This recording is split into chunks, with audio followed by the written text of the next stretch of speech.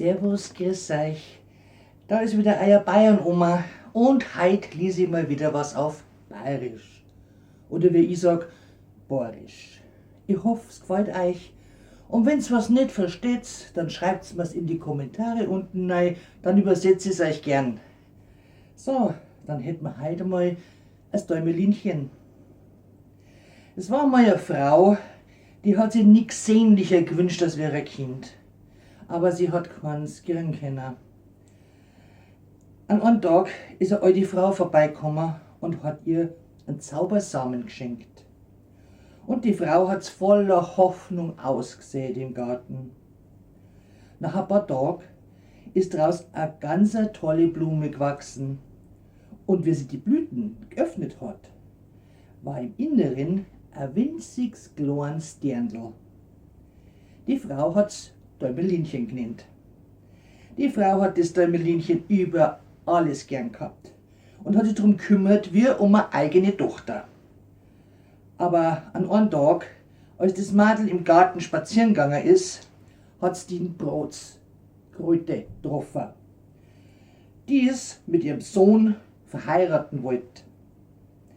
Die hat einfach das Däumelinchen packt und mitgenommen und auf dem See, auf dem Rosenblatt ausgesetzt. Mittendrin, damit sie aber nicht mehr flüchten kann. Das Mädel war verzweifelt.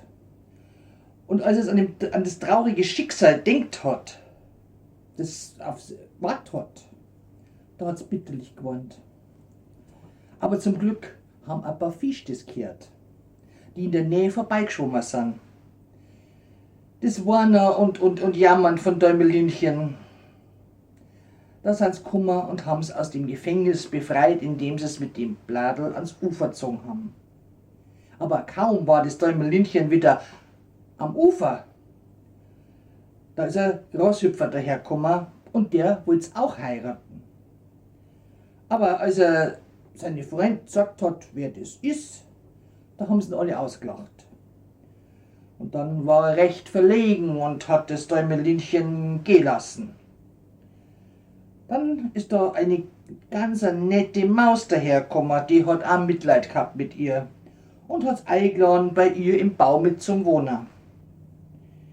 Aber in der Nacht hat das Däumelinchen dann eine arg verwundete Schwalben gefunden, hat ihn pflegt und aufpäppelt und als er wieder fliegen hätte können, haben sie sich verabschiedet von der netten, gastfreundlichen Maus.